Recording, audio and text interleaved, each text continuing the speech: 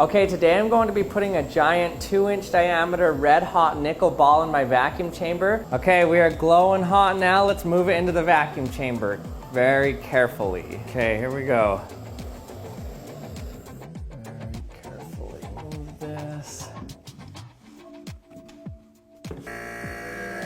Turn off the light. Okay, so there's no air in here whatsoever to transfer the heat, but let's see if it actually stops glowing.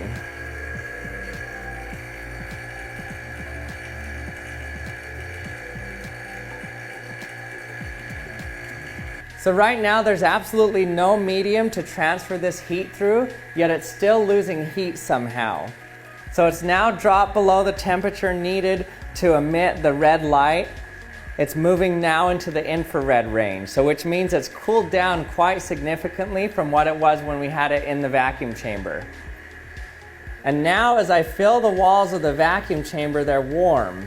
Okay, so how was it actually able to lose heat and absorb into these chamber walls? They're extremely hot now to the touch. So somehow, even without air in there, it was able to transfer heat. Well, you could maybe say that it went through the base, but the heat capacity of this wood and these screws is almost negligible compared to the heat capacity of the red hot nickel ball. And the way it did this is through radiation.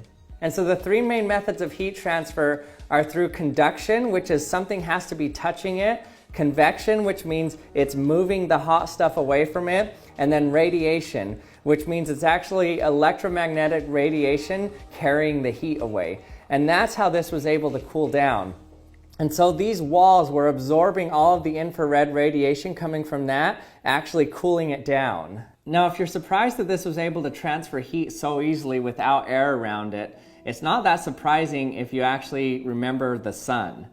So even though the sun is 93 million miles away, through 93 million miles of vacuum, it can still transfer its heat to the earth. That's why if you've ever been close to a big fire, right when it flames up, you can immediately feel the heat of it, even when you're very far away. That doesn't mean that the hot air is getting to you, but you're actually feeling the radiation from the fire, and that's heating up your skin. And this is really interesting when you think about it. Basically, it means that no matter how far apart things are, even if there's no medium in between them, eventually they will all come to equilibrate at the same temperature. In fact, it even gets worse than this. Right now, the universe has pockets of hot things and cold things, but because those things are always radiating heat, the hot things are radiating heat and the cold things are absorbing it, that means that eventually everything in the universe is going to equilibrate at the same temperature. And when things are at the same temperature, that means you can't do any work. And this is called the heat death of the universe. But it's predicted that the heat death of the universe is extremely far in the future, about 10 to the 100 years away.